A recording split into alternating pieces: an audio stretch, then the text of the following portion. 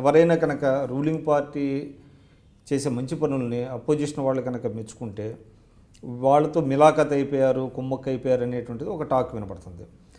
విమర్శిస్తేనేమో gap పెరిగి మీ నియోజకవర్గానికి రావాల్సినటువంటి అంటే పథకాలు కానివ్వండి, నిధులు కానీ రాలేనటువంటి పరిస్థితి వచ్చింది.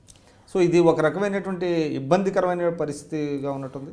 పొలిటీషియన్స్కి అది ఇబ్బందికరమే అండి. కానీ అగైన్ మన బేసిక్ బాధ్యతలు చూసుకుంటే ఏ మంచి పని అయినా సరే అందరూ అప్రిషియేట్ చేయాలి, మెచ్చుకోవాలి. ఏ చెడు పని అయినా సరే అందరూ విమర్శించాలి, చేస్తారు కూడా. ఒకవేళ మంచి పనిని అప్రిషియేట్ చేసే విధంలో కూడా ఒక హద్దు వరకు చేయొచ్చు.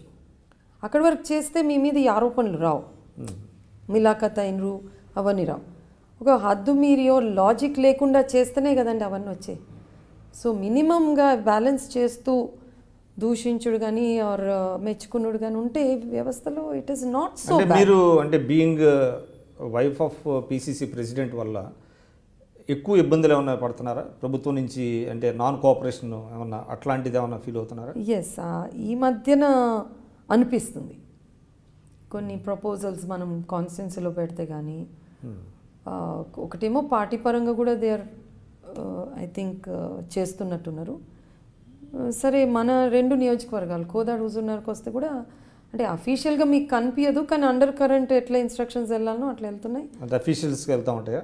అఫీషియల్లీ ఇవ్వలేరు కదా అట్లా, అన్అఫీషియల్గా నడుస్తుంటే ఇవి వ్యవస్థలో మాకు రోజు పనిచేస్తాం కాబట్టి మాకు తెలుస్తుంటుంది.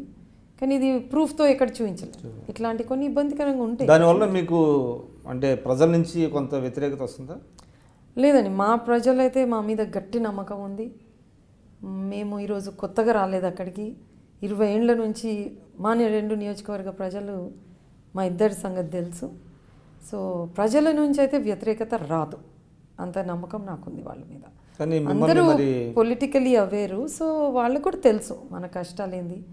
అంటే అర్థం చేసుకుంటున్నారంటారా? ఆఫ్ కోర్స్ అర్థం వాళ్ళు మా ఫ్యామిలీ, వాళ్ళు అర్థం చేసుకోకపోతే మేము ఎక్కడ పోతాం. వాళ్ళు చేసుకుంటారు, తప్పగా చేసుకుంటున్నారు కూడా పాపం. కానీ మీరు కోదాడ నియోజకవర్గ ఎమ్మెల్యేగా ఉన్నప్పటికీ హైదరాబాద్లోనే నివాసం ఉంటున్నట్టున్నారు?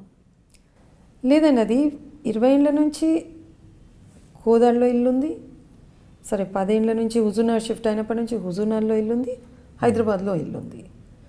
సో మనము అంతటా మనకు పని ఉంటుంది కాబట్టి you are distributing your time between 3 constituencies. Of course we have to. We are all professionals also. నేను ఒక ఆర్కిటెక్ట్ని, మనకు అసెంబ్లీ ఉంటుంది, సెక్రటేరియట్తో పనులు ఉంటాయి. మనం పుట్టింది, మన ఫ్యామిలీస్ ఇక్కడ ఉన్నాయి, అక్కడ మన ఫ్యామిలీస్ ఉన్నాయి. సో నా ఇల్లు ప్రతి దగ్గర నా ఇల్లు సంసారం ఉంది 3. కానీ మరి ఎందుకు మీకు వీకెండ్ గెస్ట్ అనే పేరు ఒకటి వచ్చింది అక్కడ కోదాడ?